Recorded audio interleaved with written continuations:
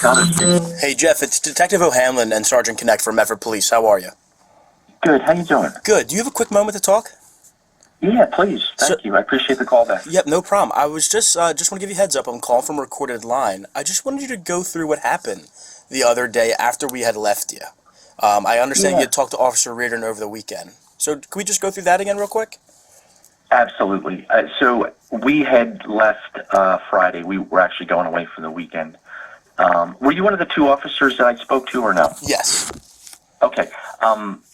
We were packing up. You probably saw me packing up, and so we went away for the weekend. Pre-planned. Mm-hmm. And I came back Sunday. It was around 9 o'clock. Like after I brought all the bags in, I went to go get the mail, and I was literally at my mailbox, and Jonathan came out of the woods with a flashlight. Like he is almost, I don't want to say he was waiting for me, but it was kind of suspicious that he was probably 15 feet into the woods hidden and came out with a flashlight and put it on me and said, what did you tell the police? And I said, he goes, what were they asking about? I said, honestly, they were asking about you. And he goes, well, what did you tell them? I said that I really don't know you. And, I've lived here 2 years. This is really the first conversation we've had. And he said, I need to know what you told them. I need to know what I'm up against. And I said, and he goes, and be truthful because I'm going to get the body camera footage. And I said, well, if you're going to get it, then go get it. This conversation's done. And I walked in with my mail. And since then, I ordered a security system last night, so with outdoor cameras and everything. And but it was aggressive. It was not. There were no threats made. I want to be clear. He did not threaten me, but he was probably 5 feet from me. Came right up. Was very forceful for a person I really never spoke to. He, I mentioned previously, he usually looks down or he may nod. That's about it. So my wife was upset, as you can imagine. I came in and felt like I had to tell her what was going on. And now I ordered a system. I'm going to install it. Hopefully he'll come and put it up this weekend. I'm going to have cameras covered out there. I'm really not worried about them, to be honest, but it was aggressive. It was aggressive. Yeah. So I just want to paint the picture a little bit. So your mailbox is across the street, like almost on his property, right? Correct. It's right next to his. Okay, right next to his. It's to the right of the driveway. Where was he standing? If you're looking at your mailbox from the street, where was Jonathan standing? And can we be clear, which Jonathan are we talking about? The father or the son? The son. The son. Okay. So where was he standing exactly? If you're looking, you're looking at his house, you're looking at your mailbox. If I'm looking at my mailbox, he was to the right, back where that path is that goes all the way back towards Jackson Lane. He came from out of there. It's pretty dense wooded with bushes and trees, so I did not see him until I literally opened my mailbox door. And then he came from the side, and the white light. He had a small white light. It wasn't like a bright flashlight, but it was up on his face. I could see who it was. And he probably walked up to me within, I'm going to say 5 to 7 feet. Okay. In that range, maybe more like 5. But he didn't put his hands on me or anything like that. And but it was aggressive. Well, it was an aggressive conversation. Yesterday. Go ahead. Go ahead. No, go ahead. Continue. Well, then he was hanging in that same spot last night in the evening. I came to work a little late. It was still light. My wife came home and said he was there with another young man. And young Jonathan was there with another young man. And she goes, I'm just keeping an eye on him. And I was packing up from work anyway. I came home. And by the time I came home, I didn't see him. And, there wasn't anything. It was kind of I don't want to say a nothing. I don't make a big deal. It wasn't a big deal, but he was hanging in that path with his friends up along the road with his one friend. I'm sorry, I didn't see him, but that's what my wife told me, that him and another young man were there. Do you know who that other young man would be? I don't. I have no idea. Okay. But I wanted to tell you, just in case, I know you're doing an investigation, just in case somebody else is involved. He was there with somebody else yesterday. No, thank you. When he had the flashlight, you said did he point it at you or at his own face? It was more at his own face. It was not a very bright light. It was, if you remember, maybe it was like last Wednesday, my wife told you about that light she saw in the woods. It wasn't like a very bright spotlight or anything like that. It was a very small face. It really didn't reflect on me very much. It was more on his face. It was small. It was like a little, it was small. It was small. Okay, but he didn't like shine in your face so you couldn't see? No. Okay. I could tell right away who it was. It wasn't like he blinded me or anything like that. What was he wearing? Yeah, that's a good question. I really don't remember. I think he had a hoodie on again. He wears this gray hoodie a lot. I believe it was a gray hoodie again, but I could clearly tell it was him in his face. Usually his hoodie covers most of his face so you can just kind of see his nose and stuff, but I could see his face more full this time. Okay. Did he have the hood up on his head or just like dangling behind him? I think yesterday it may have been behind him. May have been behind him. How about? I'm sorry, Sunday. Okay. But I wasn't paying too much attention. I wouldn't say it startled me. I wasn't scared, but it was. I really did not see him at all until I opened my mailbox. Okay. So, is that something you would normally see him hanging around there at night? He's a strange guy.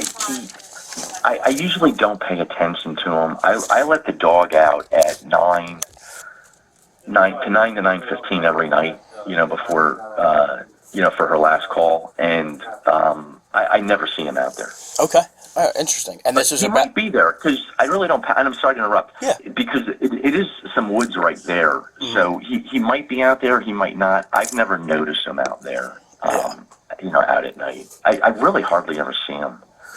He's kind of a hermit. Yeah. So, and I know you said this was aggressive, but, knowing what we kind of talked about and what we, were leading you on with what was going on, and I'm sorry we haven't really given you any direct answers, right? We're doing an investigation. Understood. And I know you said it was aggressive, but how else did this make you feel? It made me a little uncomfortable, but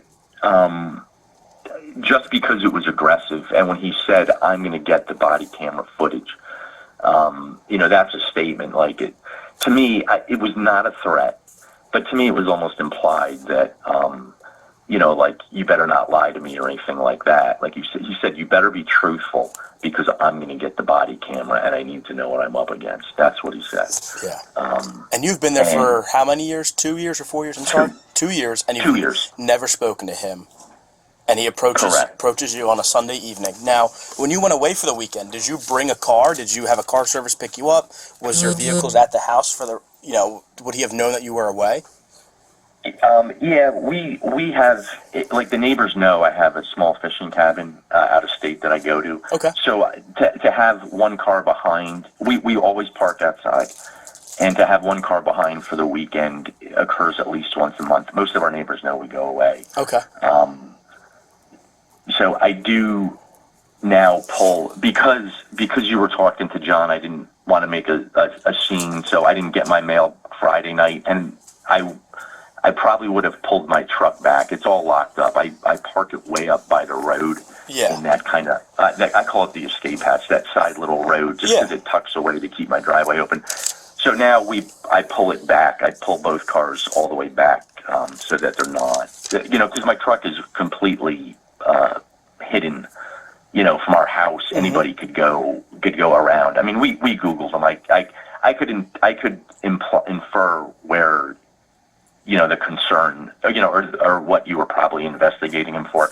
And then we just Googled it, and it confirmed our suspicions. So we just keep the cars back. And again, I'm getting driveway cameras and, cameras. So we're getting a whole security system. I'm going to install it. But I honestly, I'm not really scared of him. It's a crazy world out there, but I don't feel he's small in stature, very socially inhibited. But I have you saw my wife. My wife is very small, and she's concerned. So I just got a system that I'll install this weekend with cameras, just in case anything comes up, with motion sensors and stuff. But. So, and I know I talked about how this makes you feel. So, you had said that he had said that be honest with me, I'm gonna get the body cam. You said he was aggressive. Would you say that this is intimidating at all? And knowing that, what do you think his end game was with you? I think he was trying to intimidate me to say exactly what I told, so he could build a defensible position. That's how I inferred it. Okay. Did the father say anything to you? Have you seen the father? I have not. I've not seen him at all. Are you home right now? No, I'm at work. Or at work. Okay. Yeah. I work in Mount Laurel. Okay. The friend that hangs around. Did you know that he had a friend? Like, is that the first time you've seen him hang around with this person? No, I couldn't even describe what his friends look like, but on occasion there is somebody there. I don't believe he drives. I'm not positive of that, but I see somebody take him home once in a while, like in the evenings. Okay. I don't know if he comes home from work. I don't think I've ever seen him drive. Gotcha. When was the last time you saw him come home with his car or outside of the house other than cutting the grass or Sunday night? Maybe a month ago. Maybe a month ago. And was that with a car that he was dropped off? Yeah. Do you know what that car looks like? I don't remember. I'm sorry. I just didn't pay attention. Okay. I will pay better attention going forward. Yeah. Listen, what you're giving me is a lot, and I really appreciate you reaching out and contacting us. Obviously, this is still an ongoing thing that we're working towards, hopefully a positive result here. I just want to confirm your biographicals. You're Jeff or you Jeffrey? And my legal name is Jeffrey, Jeffrey. Okay, and what's your date of birth? May 18th, 1966. 1966, okay. Okay, I really appreciate you reaching out to me, or reaching out to the agency. I may swing out there later today and touch base with you again, but, I think because of what Jonathan was doing, it'd be safest. If I have anything else, I'm just going to follow up with you by phone. Okay. And same thing, any other concerns, he does anything, don't hesitate to reach out to us directly. Just call 911. It's the best thing. And then our guys will get out there quick, and they know what's going on, and they can notify us, the detectives. And if we need to come in and handle it, we'll be there. I really appreciate you letting me touch base again about this. No problem. And we thank you. I walked the dog around 5:30 in the morning, and it was Monday morning. I appreciate it. So I'm walking the dog one way, and I see a car. I didn't know it was the police officers yet. And they walked by. They put the floodlights on both of our houses, right and left. Like, it was great. Like, it just lit up the whole woods, and I'm sure it was sending a message, which I appreciate. Yeah, good. And I hope, hopefully that was well received by your neighbor. Yeah, exactly. So yeah. It was very clear, because I think the car just stopped, and it was, I was just very appreciative, and I came back and told my wife what was going on, and she's like, I'm just glad that the police are taking this very seriously. Yes. Thank you. Well, listen, I appreciate that. If I have anything else, I'll give you a call back, and again, same thing. Don't hesitate to reach out to us. Thank you, sir. Thank you. All right, bye-bye now. Take care. Bye. No further comments.